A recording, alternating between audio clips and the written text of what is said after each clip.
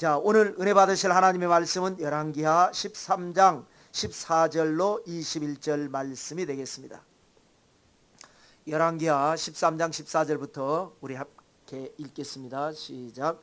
엘리사가 죽을 병이 들매 이스라엘의 왕 요아스가 그에게로 내려와 자기의 얼굴에 눈물을 흘리며 이르되 내 아버지여 내 아버지여 이스라엘의 병거와 마병이여 하매 엘리사가 그에게 이르되 활과 화살들을 가져오소서 하는지라. 활과 화살들을 그에게로 가져오매 또 이스라엘 왕에게 이르되 왕의 손으로 활을 잡으소서 하매 그가 손으로 잡으니 엘리사가 자기 손을 왕의 손 위에 얹고 이르되 동쪽 창을 여소서 하여 곧 열매 엘리사가 이르되 쏘소서 하는지라. 곧 쏘매 엘리사가 이르되 이는 야훼를 위한 구원의 화살 곧 아람에 대한 구원의 화살이니 왕이 아람 사람을 멸절하도록 아벡에서 치리이다 하니라. 또 이르되 화살들을 집으소서 곧 집음에 엘리사가 또 이스라엘 왕에게 이르되 땅을 치소서 하는지라. 이에 3번 치고 그친지라. 하나님의 사람이 노하여 이르되 왕이 6번을 칠 것이니이다. 그리하였다면 왕이 아람을 진멸하기까지 쳤으리이다. 그런즉 이제는 왕이 아람을 3번만 치리이다 하니라. 엘리사가 죽으니 그를 장사하였고 해가 바뀜에 모압 도적대들이 그 땅에 온지라. 마침 사람을 장사하는 자들이 그 도적대를 보고 그의 시체를 엘리사의 묘실에 들이던짐에 시체가 엘리사의 뼈에 닿자 곧 회생하여 일어섰더라. 아멘. 제목을 한번 따라서 보실까요? 엘리사 14번째 마지막 예언과 마지막 기적.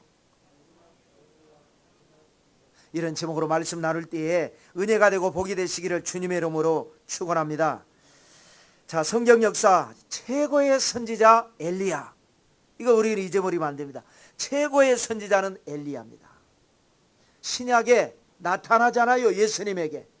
구약 옛날에 이 승천하신 분인데 죽지 않고 승천을 했는데 신약에 예수님 시대에 나타나잖아요. 최고의 선지자 엘리야. 그 엘리야의 갑절의 영감을 받은 수제자 엘리사. 엘리야와 엘리사죠. 그래서 이 갑절의 영감을 받은 증거를 성경이 나타내 주기 위해서였을까요? 성경에는 엘리사를 통한 엄청난 많은 기적의 사건을 기록을 하고 있습니다. 그래서 우리에게는 은혜가 필요하지 않습니까? 목회하는 입장에서 여러분들에게, 우리 성도님들에게, 또 우리 교회, 우리 나라에 기적, 은혜가 필요하고 기적이 필요하니까 그런 심정을 가지고 엘리사 시리즈를 금요에 말씀을 나누었습니다. 자, 그런데 이제 오늘은 엘리사 시리즈가 14번째이자 마지막 시간이 되겠습니다. 선지자가 죽으면서 마지막으로 남긴 예언, 그리고 마지막으로 행한 기적, 이것이 과연 우리에게 어떤 의미가 있는가? 이렇게, 그래서 이제 두 가지가 되겠죠. 첫 번째는 마지막 예언, 두 번째는 마지막 기적. 두 가지로 말씀 정리하면서 여러분의 삶에 날마다 하나님의 기적 있게 되시기를 주님의 이름으로 축원합니다. 첫째는 마지막 예언입니다. 자, 엘리사가 위독하다는 소식을 듣고 부랴부랴 달려온 사람이 있었으니 바로 북이스라엘 12대 요아스 왕이었습니다. 요아스 왕이 누구냐? 예후의 손자요 여호아하스의 아들입니다. 이렇게 말하면 여러분들은 이제 복잡하죠. 예후는 몇 대고 누구고 그냥 들어두는 겁니다. 그리고 잊어버려도 상관없어요. 근데 이제 자꾸 듣다 보면 나중에 본인이 뭔가 성경을 공부할 때 굉장히 도움이 되죠. 지금은 잊어버려도 상관없어요. 괜찮아요. 자꾸 신경 쓰면 스트레스 받으니까. 근데 자꾸 들어두는 건 좋아요. 예후의 손자요 여호아스의 아들인 요아스. 남왕국 유다는 또 따로 있죠. 북왕국 이스라엘 이야기를 하는 겁니다. 자, 이 사람은 누구냐? 할아버지 예후부터 시작된 이 왕조 역사죠. 엘리야가, 스승 엘리야가 너무나 사역에 지쳐가지고 하나님 앞에 기도하다가 마지막으로 큰 3가지 계시를 받았다 그랬죠. 하나는 뭐였어요? 하사엘에게 기름을 부어 아람의 왕이 되게 하라. 예후에게 기름을 부어서 북이스라엘의 왕이 되게 하라. 사밧의 아들 엘리사에게 기름을 부어 너를 대신해서, 엘리야를 대신해서 선지자가 되게 하라. 이 세 가지 계시를 받았는데 엘리야가 마지막 계시인 엘리사에게 기름을 붓고, 나머지 두 가지 계시는 하나님께서 하라고 하셨으니까 네가 해라. 그리고 너무 지쳤는지 그냥 하나님 나 이제 그만 데려가 주세요. 그래가지고 승천을 했습니다. 불수레가 나타나가지고 태워가지고 가버렸어요. 너무너무나 엄청난 역사가 일어났죠. 그래서 이제 엘리사가 그거를 보고는 갑절의 영감을 달라고 했고, 갑절의 영감을 받아서 올라가던 선지자의 옷이 떨어지니까 그 옷을 가지고 요단강 물을 치니까 물이 갈라져서 건너서, 그래서 이제 기름을 붓습니다. 먼저 부은 것이 엘리사가 예후에게 기름을 붓죠. 먼저 이제 하사엘에게 붓습니다. 하사엘이 찾아왔죠. 우리 주인이 병들었는데 나을 병인가 죽을 병인가 합니다 하고 그랬었지 않습니까? 그래서 기름을 붓고 네가 왕이 될 것이다 라는 말을 하면서 뭐라고 설명하느냐, 이스라엘 성에 불을 지를 것이며 장정을 칼로 죽일 것이며 어린아이들을 메어 칠 것이며 아이벤 부녀들을 가르게 될 것이다. 그래서 이 하사엘이 아람의 왕이 돼가지고 사명 가지고 북이스라엘을 엄청 괴롭히고, 그것이 나비 효과가 돼가지고 북이스라엘이 아람의 아주 그냥 꼬봉이 되고, 그래서 똘똘 뭉쳐가지고 주변 나라를 못살게 괴롭히고 남한국 유다를 괴롭히고, 유다가 너무너무나 괴로우니까 히스기야의 아버지 아하스가 이 아수르를 군대를 끌어들이고, 그 아수르 군대 때문에 아람 망하고 북이스라엘 망하고 남한국 유다도 망할 뻔하다가 히스기야가 이사야 선지자와 함께 기도해서 물리치고 136년 후에 바벨론에 의해서 멸망한다라는 역사가 된 것이죠. 그 다음에 이제 두 번째는 그 북이스라엘의 군대 장관 예후에게 기름을 부으면서 뭐라고 하느냐, 너는 내 주인 아합의 집을 쳐라. 아합 왕의 군대 장관이었거든요. 너는 내 주인의 집을 쳐라. 내가, 하나님 말씀하시는 거죠, 나의 종들의 피를 이세벨에게 갚아주리라. 아합과 이세벨이 죄종들을 박해를 하고 우상을 섬기고 온 나라를 부패하게 만들어버렸기 때문에, 그래서 예후가 반란을 일으켜서 아합과 이세벨이 뿌려놓은 모든 씨앗을 다 뒤집고 그 씨앗들, 그 자손들을 다 진멸해버리고 바알과 아세라 섬기는 사람들을 다 죽이고 아주 엄청난 피바람을 일으켜버립니다. 그런데 이 심판이라고 하는 것이요, 시간이 지나면서 결국은 최종 피해자는 누구냐? 백성들입니다.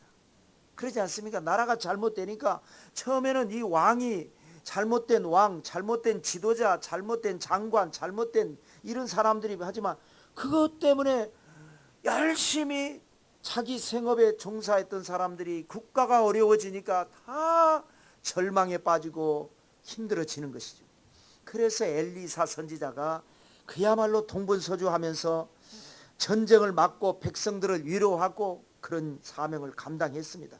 그러다 보니까 그 강한 아람이 쳐들어올 때마다 다 막아내고 방비하고, 그러니 왕 입장에서는 너무나 좋았는데, 세월이 지나서 예후도 죽고 그 예후가 그렇게 하면서 아합과 이세벨을 진멸하면서 정신 바짝 차려서, 왜 아합과 이세벨이 어찌되건 정치는 잘하고 국력은 키웠거든요. 하나님의 저주를 받아서 이렇게 된 거지. 그 똑똑하고 그 훌륭하고 그 잘난 사람이 왜 이렇게 됐느냐?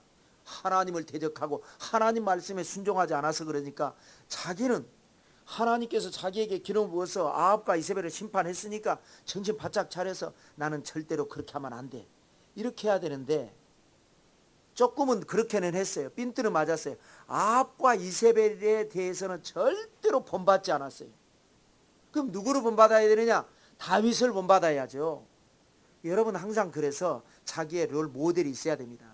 나는 딱 그래서 사람은 사실 우리가 믿을 수 없지 않습니까? 그래서 가장 좋은 거는 성경의 인물을 가지고, 그래서 다윗입니다. 하나님이 내 마음에 합한 자라 했으니까 다윗과 같은 내 어떤 자화상을 가지고 나는 다윗과 같은 인격, 다윗과 같은 신앙, 이렇게 돼야 되겠다. 이게 좋죠. 각자 자기 믿음대로. 그런데 아합과 이세벨에 대해서는 본받지 않았지만 북이스라엘을 솔로몬이 죽고 반란을 일으켜서 북이스라엘을 세운 여로보암을 본받아 버렸단 말이에요. 그러니까 그거나 아합은 안 본받지 않았지만 아합은 바알과 아세라를 섬겼지 않습니까? 그런데 여로보암은 뭘 섬겼어요? 금송아지를 섬겼어요. 그거나 50보 100보죠. 그러니까 하나님께서 탄식을 하는 겁니다. 그리고 그 에후가 죽고 그 아들 여호아스도 마찬가지입니다. 아버지 닮아가지고 여로보암을 본받아서 그런 또 우상을 섬기. 그리고 그 손자인 요아스가 지금 왕이 된 상황입니다. 그래서 나라가 어렵고 힘든데 그 믿었던 엘리사마저도 이제 위독하다는 소식을 들으니까 너무나 충격을 받고, 자 읽어볼까요? 14절 말씀이 되겠습니다. 엘리사가 죽을 병이 들매 이스라엘의 왕 요아스가 그에게로 내려와 자기의 얼굴에 눈물을 흘리며 이르되 내 아버지여 내 아버지여 이스라엘의 병거와 마병이여 하매. 이스라엘의 병거와 마병이 누구냐? 엘리사라는 거예요. 여러분, 나라의 흥망성쇠는 하나님께 있습니다. 개인의 생사화복도 하나님께 있습니다. 그런데 하나님은 언제나 사람을 통해서 역사하시기 때문에 준비된 지도자를 통해서, 훌륭한 사람을 통해서 나라가 흥하기도 하고 망하기도 하고 성하기도 하고 쇠하기도 하는 것입니다. 그런데 사람들이 볼 때는 지도자가 잘해서 잘되고 지도자가 잘못해서 잘못된 걸로 생각을 하지만 그것은 빙산의 일각입니다. 보이지 않는 가운데 하나님이 역사하셨는데, 그럼 하나님은 어떨 때는 흥하게 하시고 어떨 때는 망하게 하시느냐? 어떨 때는 성하게 하시고 어떨 때는 쇠하게 하시느냐? 그릇을 보는 거죠. 그리고 기도를 들으시는 겁니다. 그래서 기도가 중요합니다. 그래도 우리 대한민국이 참 많은 어려움 중에 그래도 기도하는 나라 아닙니까? 다른 나라에 비해서 기도하는 나라. 그러니까 하나님께서 이 코로나19 바이러스에 대해서 이렇게 하게 하시고 높이시고, 사실 이번 코로나19 바이러스로 인해서 하나님이 높이시고 계시지 않습니까? 우리가 뭐가 있어요? 제하자원이 없고 말이죠. 가진 게 없어요. 가진 게.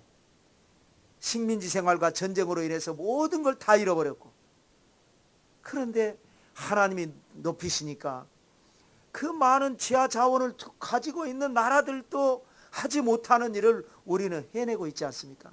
땅이 넓습니까? 인구가 많습니까? 자원이 많습니까? 없어요. 그래도 하나님, 물론 믿는다면서도 죄짓고 불의하고 못한 것도 많지만 그래도 하여튼 믿지 않습니까? 그래도 잘 믿는 사람이 있고 기도하는 나라가, 교회가 있고 기도하는 성도가 있고, 하나님의 은혜가 다른 기도 안 하는 나라보다는 낫겠죠. 자, 어찌됐건 그렇게 해서 이제 이 나라는 어떡합니까? 자기가 아는 거예요. 군대를 가지고 있고 권력을 가지고 있는 왕이 봐도 내가 이렇게 한다고 해서 되는 게 아니고, 엘리사가 지금까지 하나님에게 능력을 받아가지고 이 나라를 지켰는데 이제 엘리사마저 떠나가고 나면 이거 안 된다라는 생각을 하고 얼마나 펑펑 울어대는지. 지금 죽음을 앞두고 있는 엘리사가 너무나 왕이 저렇게 울어대니까 안 될 마음을 가진 거죠. 혼신의 힘을 다해가지고 마지막 예언의 말씀을 하는 것이 오늘 본문의 내용입니다. 뭐라고 하느냐? 활과 화살을 가져오십시오. 그래서 가져와요. 활을 잡으십시오. 잡아요. 그 잡은 손에다 대고 그 힘이 없는 엘리사 선지자가 손을 뻗어가지고 거기에 손을 넣습니다. 안수기도로 봐야 되겠죠. 그 다음에 또 뭐라 하냐? 동쪽 창을 여소서. 또 창을 열어요. 그 열린 창을 향해 쏘소서. 그러니까 그거 한번 읽어볼까요? 열왕기하 13장 17절입니다. 시작.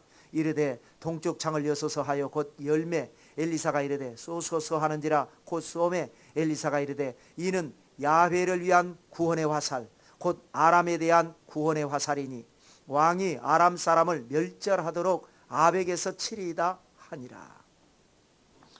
자, 이 화살, 동쪽을 향해 날아가는 이 화살이 아람에 대한 구원의 화살이 돼서 아람이 공격해 올 때 이것이 엄청난 이제 하나님의 파워풀한 능력이 돼 가지고 아람을 치는 화살이 될 것입니다 라고 예언을 합니다. 그런데 이제 두 가지로 표현을 하는데요, 앞부분을 뭐라고 그럽니까? 야훼를 위한 구원의 화살이고, 곧 이 말은 다시 설명하는 거죠, 아람에 대한 구원의 화살이다. 아람을 치는 구원의 화살이 앞에서는 뭐라고 그랬어요? 하나님 야훼를 위한 구원의 화살이다 라고 하는 말을 표현을 합니다. 그래, 이걸 통해서 우리가 알아야 되는 게 뭐냐, 하나님을 위하는 것이 백성을 위하는 겁니다. 아람을 치는 게 뭐예요? 백성들 보호하기 위해서 적을 치는 거지 않습니까? 아람을 치는 게 뭐냐? 하나님을 위한 거예요. 하나님을 위하는 게 뭐예요? 백성들을 위하는 거예요. 지도자에게 주시는 그야말로 무언의 교훈입니다.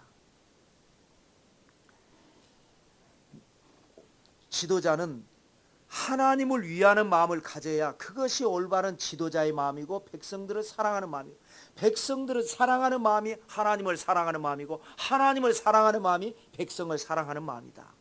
지금 이 얘기를 하는 거죠.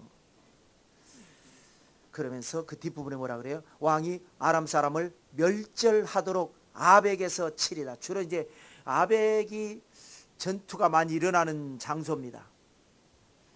사울 왕도 아벡에서 하고 그랬지 않습니까? 자, 그런데 그 다음에 이제 이렇게 해서 끝나면 얼마나 좋습니까? 멸절하도록 치리다. 예언이니까 이 예언은 이루어집니다. 멸절하도록 치리다 하고 끝나면 좋겠는데 또 나옵니다. 또 화살을 집으소서. 왜냐하면 아까 화살은 날아가 버렸잖아요. 동쪽 창을 향해 날아가 버렸잖아요. 그러니까 또 다른 창을 잡으라고 합니다. 그래서 아까는 이제 화살이라 그랬는데 여기서는 화살들이라고 그러지. 화살들. 그래서 잡아요. 그러니까 땅을 치소서 해서 그를 치는데 3번 치고 말았어요. 그랬더니 선지자가 왕을 꾸중을 합니다. 한번 읽어볼까요? 왕하 13장 19절 내용이 되겠습니다. 시작. 하나님의 사람이 노하여 이르되 왕이 6번을 칠 것이니이다. 그리하였다면 왕이 아람을 진멸하기까지 쳤으리이다. 그런즉 이제는 왕이 아람을 3번만 치리이다 하니라. 여러분 어떻게 생각하십니까? 처음부터 선지자가 6번 치라고 하든지, 근데 그렇게 말 안 하고 그냥 치소서 그랬잖아요. 그러니까 이제 사람마다 다르더라고. 어떤 목사님은 이렇게 화살이 이렇게 길쭉하니까 치라고 그러니까 이렇게 탁탁 쳤다는 거예요. 내가 생각할 땐 이렇게 세워가지고 탁탁 치지 않았을까? 그건 기록되지 않았을까? 그건 중요하지도 않고 그랬습니다. 어찌되건 화살들을 취하소서 해서 화살들을 취했어요. 아까는 하나 가지고 쏘았지만 이번에는 화살들이라 그러니까 취했어요. 땅을 치소서 그래서 이렇게 쳤든지 이렇게 쳤는데 3번 치고 말았더니 왜 3번만 치냐 이거예요. 왜? 6번 치지. 그러니까 이제 6번을 쳤더라면 아람이 침략해 올 때마다 완전하게 진멸해서 쳤을 텐데 3번 치고 말았으니까 3번 공격해 올 때 3번 막아내고 그 다음에는 못 막고 이제는 난 몰라 이제 이렇게 이야기가 된 겁니다. 자, 이게 조금은 억지스럽지 않습니까? 6번 말도 애매하잖아요. 6번이라는 게 뭐예요? 5번 아니면 6번이. 5번이라고 하든지 6번이라고 하든지. 만약에 5번 쳤으면 또 어떡할 뻔했어요. 그 선지자가 확실하게 말을 안 해줬으면서 3번 치고 말았다고 야단치면서 이제는 안 돼. 이렇게 예언을 한 것을 가지고 우리는 어떤 영적인 원리를 생각을 할 것인가. 저는 기도하면서 이렇게 생각합니다. 중요한 것은 그가 어떤 사람이냐가 중요합니다. 만약에 다윗이라면 아람 때문에 울고불고 할 거 없어요. 그냥 가면 이깁니다. 다윗은 그냥 가면 아람이든지 모압이든지 에돔이든지 하맛이든지 소바든지 그냥 다윗은 블레셋이니 가면 다 이기게 돼 있어요. 예. 하나님의 에너지로 충만해서 그 힘은 아무도 감당 못합니다. 아무도 감당 못합니다. 누구도 다윗은 이길 자가 없어요. 하나님으로만 가득 찬 사람이 이만큼도 털끝만큼도 다른 것이 들어가 있지 않는 사람, 오직 하나님만 생각하고 하나님 말씀대로만 살고 죽음의 길에 들어가서도 그 안에서도 하나님을 찬양하고 절망 속에서 도망다니면서 죽음의 위기 속에서도 주옥과 같은 시편을 기록하고, 여러분 같으면 어떻겠어요? 원망 불평 솔직히 하지 않겠습니까? 그 힘든데.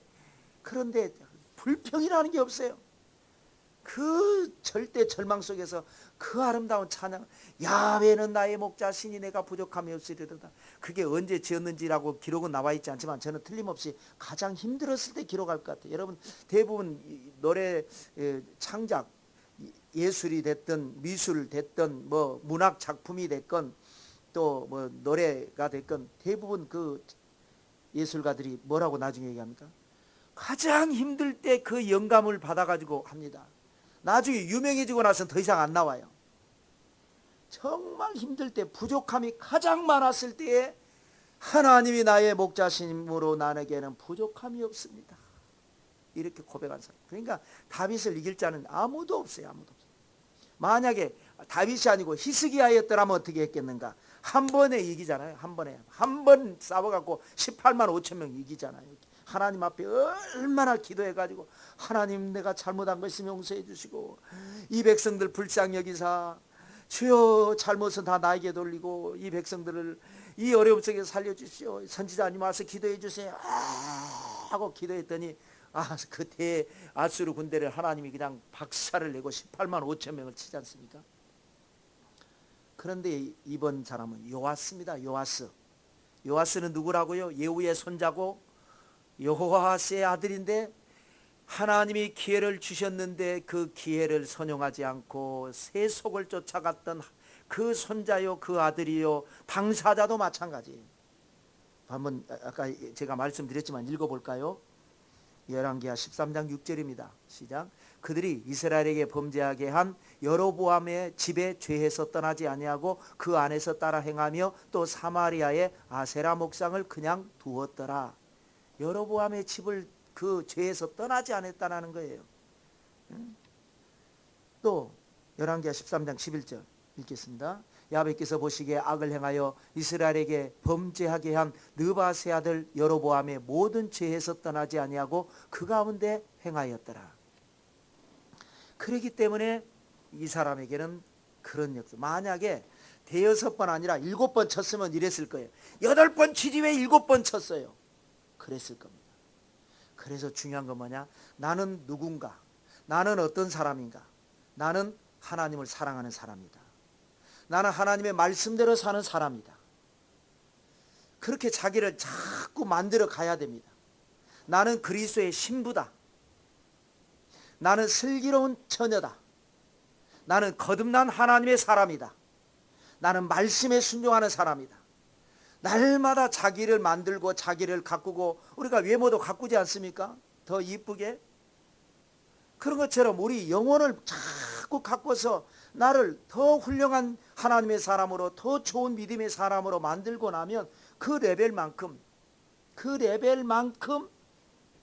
누리고 사는 겁니다.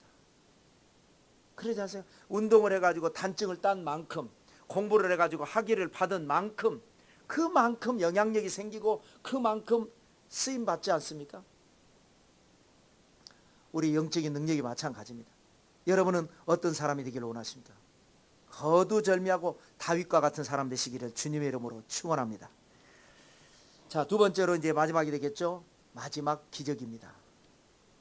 마지막 기적이라고 하는 표현은 좀 그렇습니다. 왜냐하면 마지막 기적이라는 것은 엘리사 선자가 살아있을 때가 마지막 기적이죠. 근데 엘리사 선자가 죽고 한 1년 정도 지난 뒤에 엘리사 선지자를 통해서 일어나는 기적이니까 마지막이라고 하기도 그렇고 아니라고 하기도 그렇지만 마지막이라고 제가 이름 붙여봤습니다.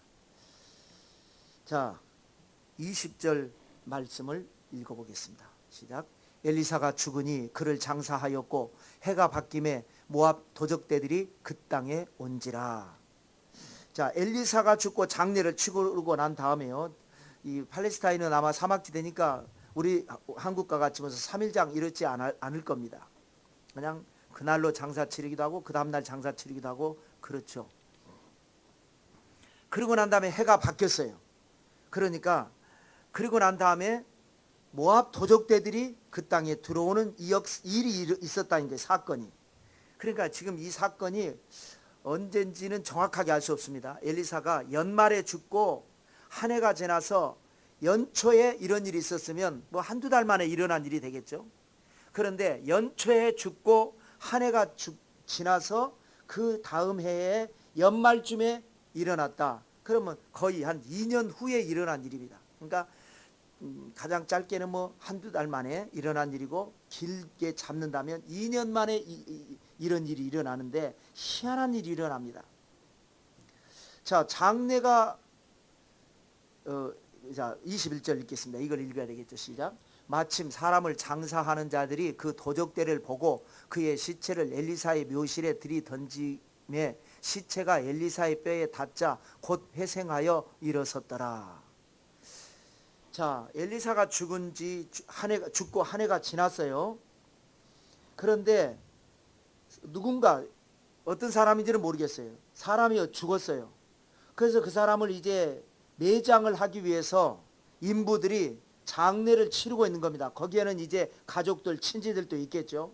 그런데 이제 공동묘지니까요. 우리나라 같이 매장이 아니라 굴이죠, 굴. 굴 속에다가 만들어 놓고 거기에다가 여러 이제 시신을 놓고 무덤 굴을 막아 놓고 이렇게 하는 거니까. 그런데 이제 그 안에 누구 시신이 있느냐? 엘리사, 작년에 돌아가신 엘리사 선지자의 시신이 있는 겁니다. 그 공동묘지니까. 그런데 거기를 장사하기 위해서 이제 모시고 와가지고 시신을 모시고 와서 무덤을 옮기고 하는 그 와중에 보니까 모압에서 도적대들이 몰려온 거예요. 그러니까 아마 친지들은 그래도 있었을 것 같아요. 인부들은 나 몰라라죠. 에라 모르겠다고 그 시신을 그냥 안에다 던져버렸어요. 그리고 도망을 가버린 겁니다. 그랬더니 시체가 엘리사의 뼈에 닿으니까 회생하여 일어섰더라.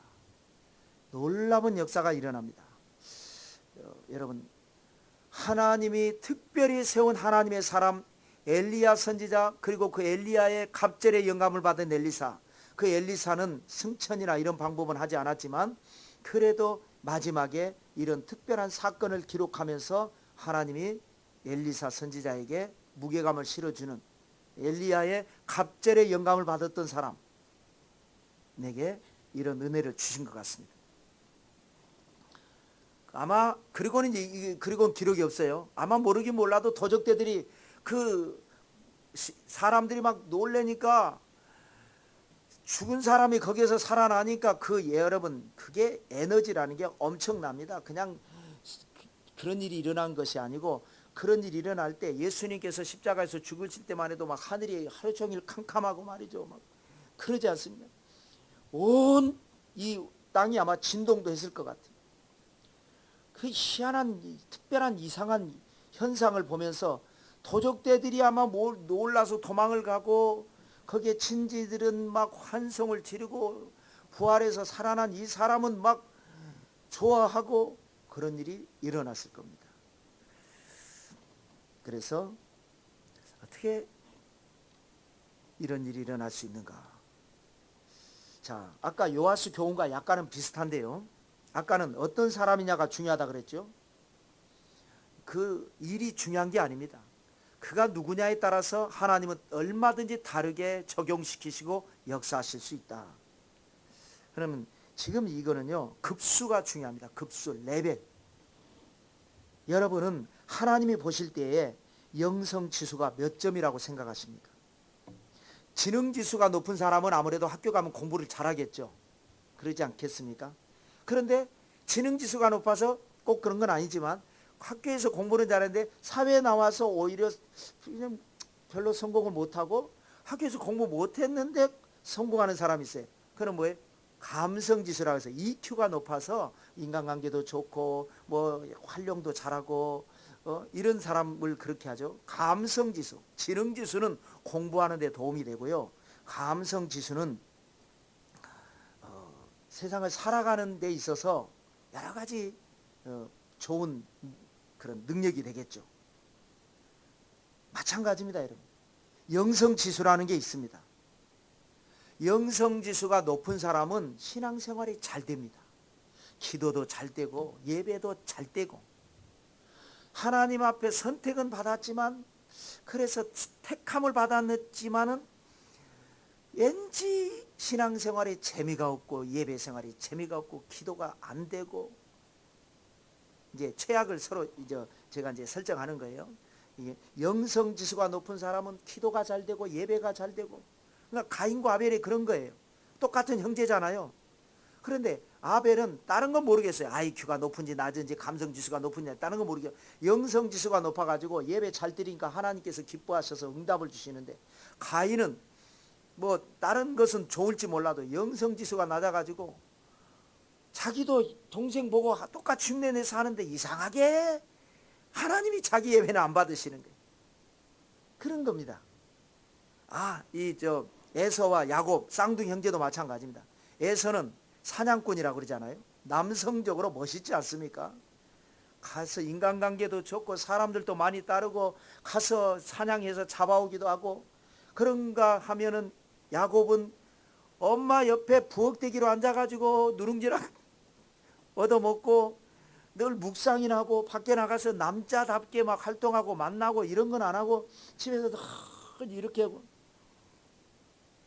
인간적으로는 야곱보다는 에서가 훨씬 남성적이고 활동적이고 적극적이고 창조적이죠.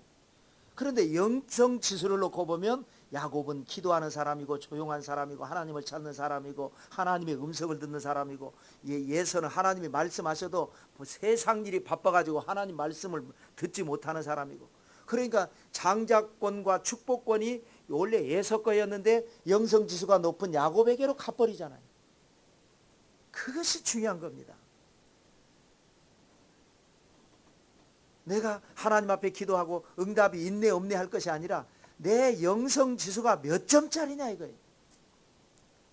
그래서 우리는 늘 하나님 앞에 가까이 나가고 더 기도하고 더 엎드리고 더 겸손하고 더 순종하고 우리는 이 영성 지수를 높이기 위해서 우리가 신앙생활을 하는 것이지 늘 천국 가는 그날까지 그래서 제가 늘 우리는 진리의 도장에 온 우리 관원이 돼야 된다. 교회 와서 절대로 놀면 안 됩니다. 놀면. 이제 교회가 지금 우리는 뭐 노는 성도도 없지만 교회가 커지고 그래서 이제 뭐 방도 많아지게 되고 남성교회 사무실, 여성교회 사무실 무슨 뭐 각 방이 있고 그 방에 또 뭐 여러 가지 뭐 좋은 시스템이 갖춰지고 그런 교회들은요 놀기 딱 좋습니다. 여름에 말이죠 집에 있으면 더워 죽겠는데 여기 오면 에어컨 교회 전기세 나가든지 말든지 에어컨 탁 틀어놓고 마음에 맞는 사람끼리 모여가지고 얘기 수다 떨고 누구 흉도 보고 뭐 그래 놀기 좋아요. 그래서 또 뭐 있으면 교회 돈으로 또 치킨 사다가 먹기도 하고 말이죠.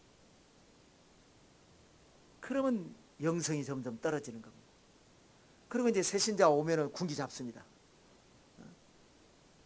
그런 거를 일부분 제가 봤거든요. 그래서 우리 교회도 앞으로 커지고 부흥하게 되면 그렇게 될 거 아닙니까? 100% 그렇게 되게 돼 있어요. 그러니까 지금 때부터 우리가 딱 그림을 잘 그려서 우리는 어떤 교회가 될 것인가? 나는 어떤 사람이 될 것인가? 하나님 앞에 평생 변하지 않는 나는 어떤 사람이 되고 우리 교회는 어떤 교회가 될 것인가? 이것을 우리가 기도할 때에 준비된 하나님의 사람이 될 줄로 믿습니다. 여러분 기도하시기 바랍니다. 영성지수를 높이시기 바랍니다. 지금도 높아요. 훌륭해요. 잘하고 있습니다. 정말 이번 여러 가지 일들을 보면서 보면 각자 자기 믿음 잘 지키고 또 그 어려운 중에도 예배 안 빠지고 잘하고 그런데 담임 목사 입장에서는 항상 더 잘하라고 말을 하는 게 옳지. 잘했다고 칭찬도 필요하지만 우리가 당근과 채찍으로 이렇게 하더니 더 잘하라고 하는 게 여러분을 위해서 잘하는 말이지. 그냥 같이 그냥 놀기나 하고 그냥 그렇게 되면 안 되는 겁니다. 말세입니다. 주님 오시기에 심히 가까운 때입니다. 깨어 있어야 됩니다. 한번 시작되면 엄청난 일이 일어나게 될 것입니다. 이번 코로나19 바이러스를 통해서 우리가 봤지 않습니까?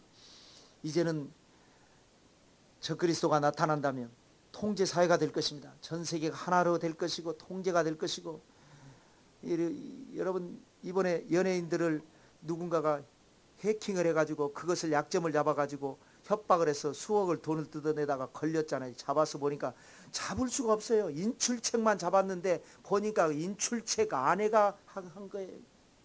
그러고 보니까 그 언니 부부까지 해가지고 내 자매 이가 해서 망신을 당한 거예요.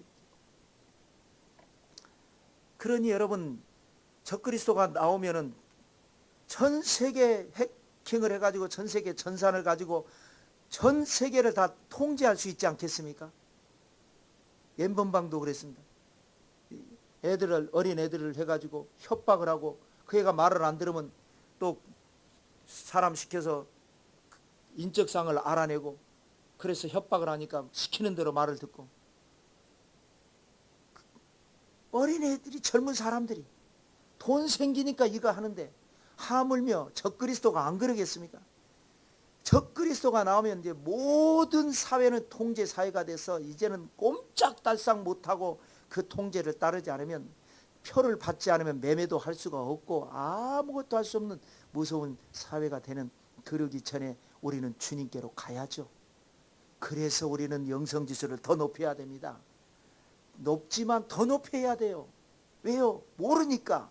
그때가 돼서 얼만큼 내 레벨이 되고 그래서 그것을 넘어갈 수 있는지, 그 시험을 통과할 수 있고 그래서 우리가 휴거될 수 있는지를 모르니까 잘하고 있지만 더 잘하기 위해서 애를 태우는 것이 올바른 신앙이지. 아유 목사님 너 잔소리가 더 심하네. 나는 잘하고 있는데 뭐 이만하면 됐지.